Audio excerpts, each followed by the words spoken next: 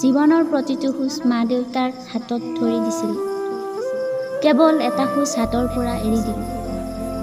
আজি গোটেই জীৱনটো জটিল হৈ পৰিল।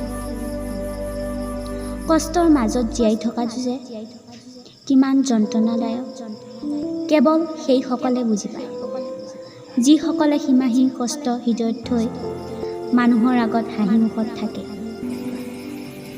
যেতিয়া দুখবোৰ সহিব পৰাটো অভ্যাস হৈ যায়, তেতিয়া চকুপানী ওলোৱাও বন্ধ হৈ যায়। অপ্ৰিয় হ'লেও বাস্তৱ জগতখন বহু কঠিন আৰু বেয়া। ভাবি থকা সৰু সৰু কথাবোৰো বাস্তৱত দেখিবলৈ বহু পৃথক।